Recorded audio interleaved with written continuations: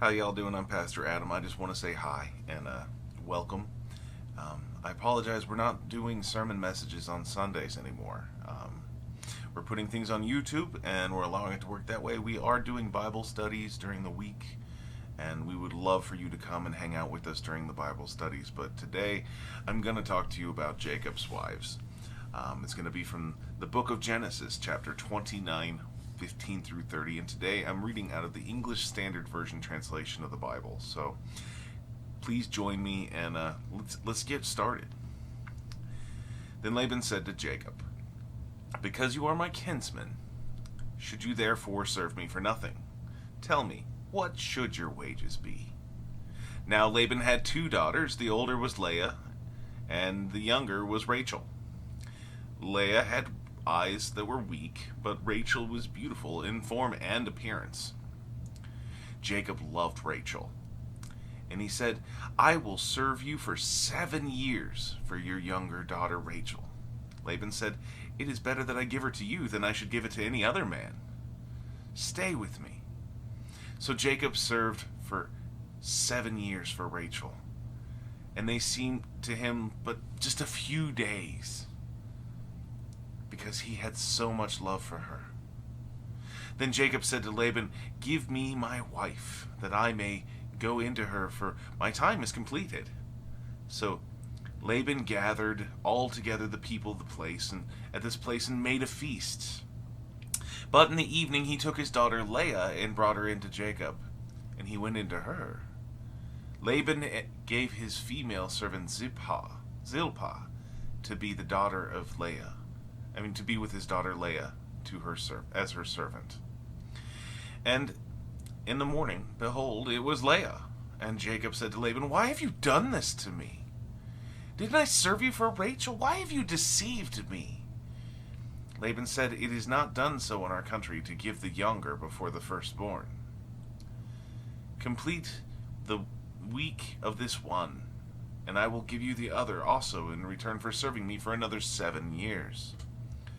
So Jacob did, and he completed her week. Then Laban gave him his daughter Rachel to be his wife. Laban gave his female servant Bilhah to his daughter Rachel to be her servant. So Jacob went into Rachel also, and he loved Rachel more than Leah, and he served Laban for another 7 years. So last week, if you watched the message that we put up last week, we talked about Jacob and his trip to this place. We talked about Jacob and him going to Padram, Aram, or Haran to find his wife. And we talked about how Esau went to the Ishmaelites just to irritate his dad to find a wife. At this point in time, Jacob's considered biblically more or less of a refugee and more of an immigrant, even though we know that he's fleeing from his brother and some of the things that he's done to his brother, and that's why he's going with a really light load. He's still moving on to this place because time has to pass. Things have to happen in order for him to be able to come back and be successful in the family like he needs to be. But he went really light-loaded. Unlike Eliezer, who went for Isaac's wife. Eliezer went with money, camels, everything. Jacob went with nothing. He went with the clothes on his back, a little bit of olive oil, and probably maybe some food and water, but that's about all he carried. And he walked a 500-mile trip. It's not a little trip. It's a big trip that he went on. It was a large distance that he was going. 500 miles on feet. I don't like walking 5 miles. I don't like walking a mile. Not going to lie. It's a long walk. He moved on from this area that he was in with his family, his friends, his safety, surrounded by guards and warriors, living in the luxury of the time, to no camels, no money, no servants. But he had to make this trek. He didn't make this trek for God. He made this trek for himself and his father's desire for him to marry someone not from the Ishmaelites, not from the dirty people He wanted to be from his family. So Jacob was fulfilling the promise that he gave his father. So this week as we come, he's going and he's finally in the land of the people to the east. He's made the long trek. And he came upon a well.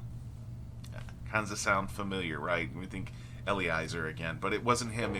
He came upon this well and he met some shepherds. There's a bunch of guys standing around the well getting ready to water their sheep. And the first thing he says, "Do you know Laban, son of Nahor? Is it well with him?" Of course they said, yes, it's doing well. He's doing great. He's got everything he needs. He has, 2 daughters. He's got all kinds of sheep. In fact, the youngest of the sisters is coming, and she's a shepherdess. And she's got to water her sheep too at this well. Well, the well was a big well, and it had a big heavy stone on top of it.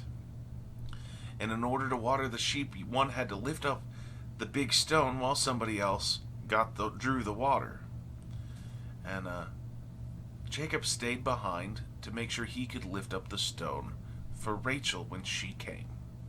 Rachel, the youngest of 2 sisters, the Bible calls her very attractive.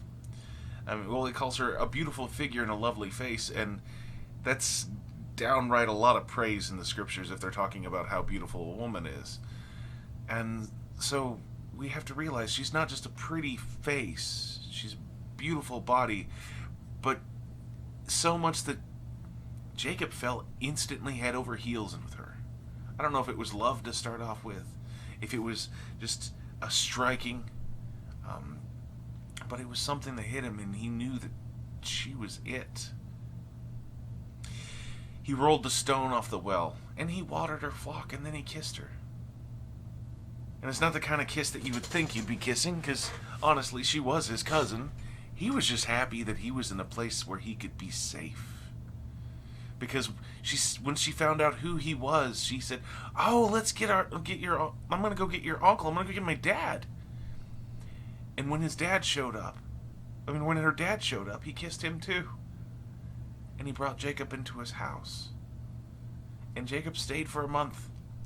And he became a professional couch surfer. But like most people who are professional couch surfers, they do chores, they help out, they do things around the house to make it not so evil that they're staying there for nothing. But the nice thing is he came with the Lord's blessing and didn't even know it. Laban offered to pay him for his work, because Laban was a fair man, and he realized that he was doing a good job. He was taking care of the problems. He was helping out his people. He was helping out his servants. He was taking care of the sheep. He was good to have around the house. And Laban said, "You know what? This is a good deal. I'm going to pay him." And he asked for Rachel's hand for 7 years of work. I don't know if Laban was honest in the beginning and was thinking about being honest and saying, "Hey, this is it," or if it got him in the goat, just a little itch. Man, why is he wanting to marry the younger girl when he needs to marry the older girl? I got to get rid of her too. I don't know. But for 7 years, Jacob worked for Laban, but he felt good about it. He worked happily. The time went fast. And then the week came, the week of the wedding, and it was a big party. He partied like it was 1969. Kind of like Woodstock, you know what I'm talking about.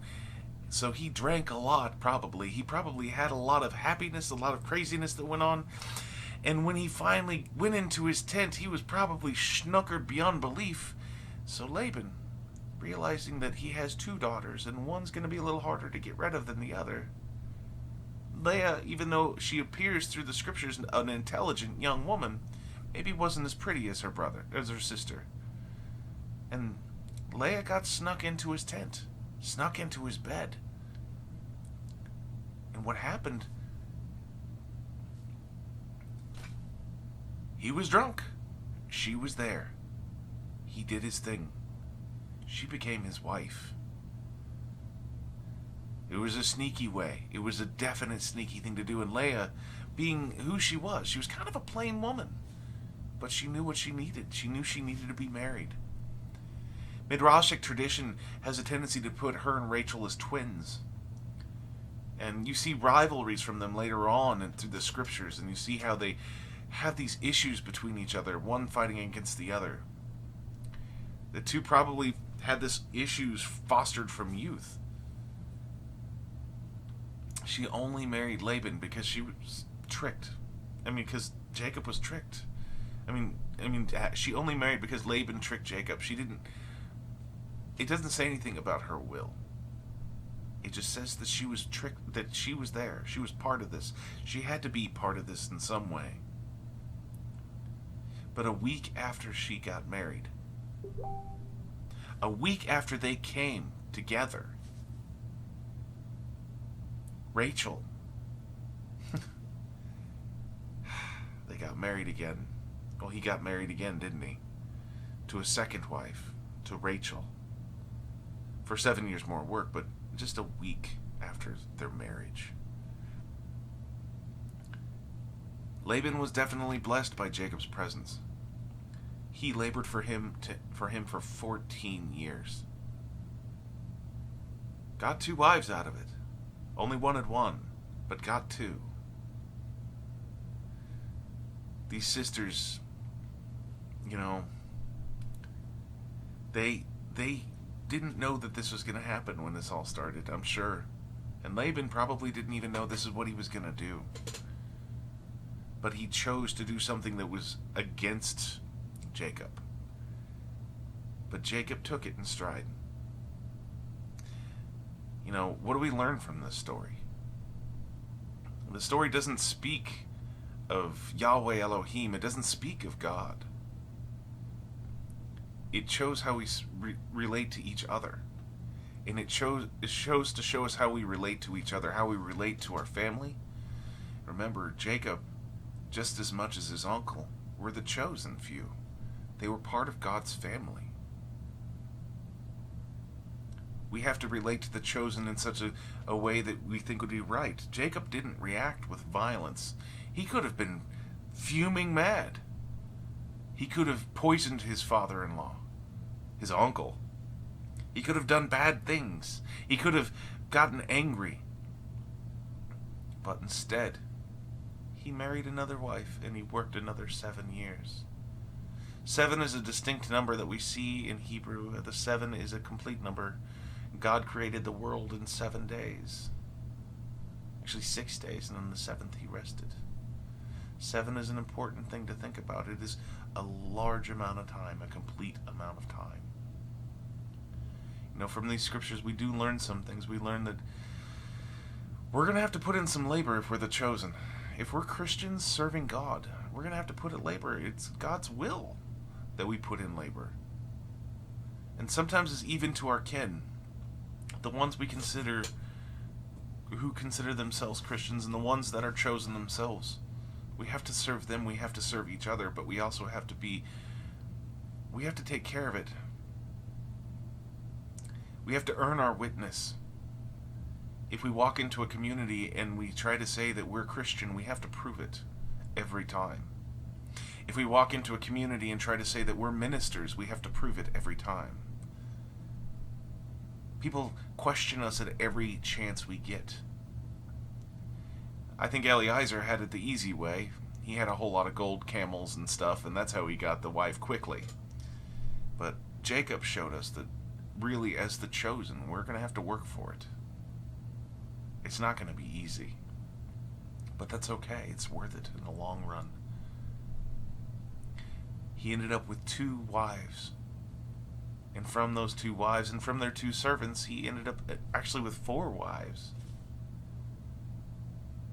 And all of that together, he ended up creating the 12 tribes of Israel, did he not? So another thing that we've got to learn from this scripture is people are going to dupe us from time to time. There are going to be beggars out there that dupe us. There's going to be people that use us and use things about us and use our goodwill. But we have to roll with the punches. And sometimes it's even going to be clergy.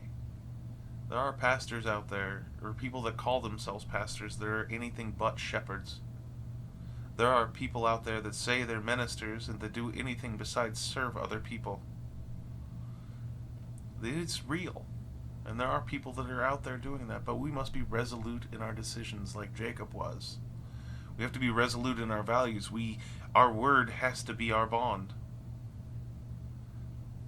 Even if we do get duped from time to time, even if somebody does pull the wool over our eyes, we need to continue to show love and work.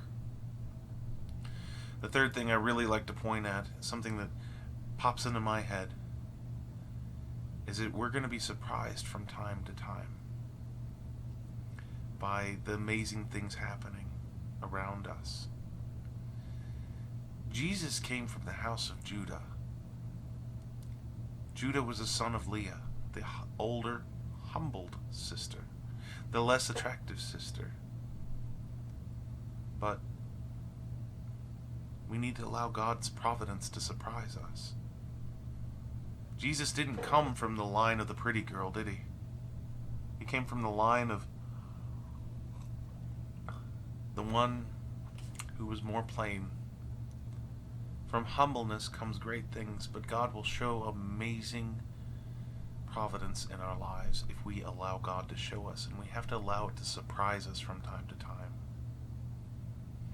Because God is amazing. We serve as Christians, followers of the way, for a purpose, because we love God. Here at the Hope Connection, we follow people and have simple rules on what we are and who we are. The first is to love the Lord our God with all our heart, with all our strength, with all our soul, with all our mind, and to love our neighbors as Jesus first loved us. This is what Jacob did. Jacob decided to show his love by being a passive man, by giving it to his family, taking care of them, even when they abused him. You know, we look at Jesus. Jesus didn't even get to spread the good news in his hometown. He said prophets don't make it in their hometowns, don't they? You know, he did his best, but he was able to create a message. He was able to create a witness. Jacob had a witness, but this time it was all Jacob's work. He was giving it, not necessarily giving it to God, but he was living the way he was taught. And we need to thank God for that. Next week, come back and we'll talk about it a little bit more. Because he escapes and he wrestles with God. And he wrestles with his relationship with God. And it's important to remember that he has a relationship with God. Even though this message didn't even talk about God in the scriptures, he didn't talk about Yahweh Elohim in the scriptures, he didn't talk about what was going on. God was still there with Jacob, and his providence popped up without him even knowing it. So I just want to say thank you for coming. Thank you for watching this. Thank you for listening. And may God continue to be a blessing on your life, and be a blessing to the Hope Connection, and be a blessing to the city of Hope, Arkansas. Talk to you again next week. Unless you want to come to Bible study on Wednesday. I'll talk to you later. Bye-bye.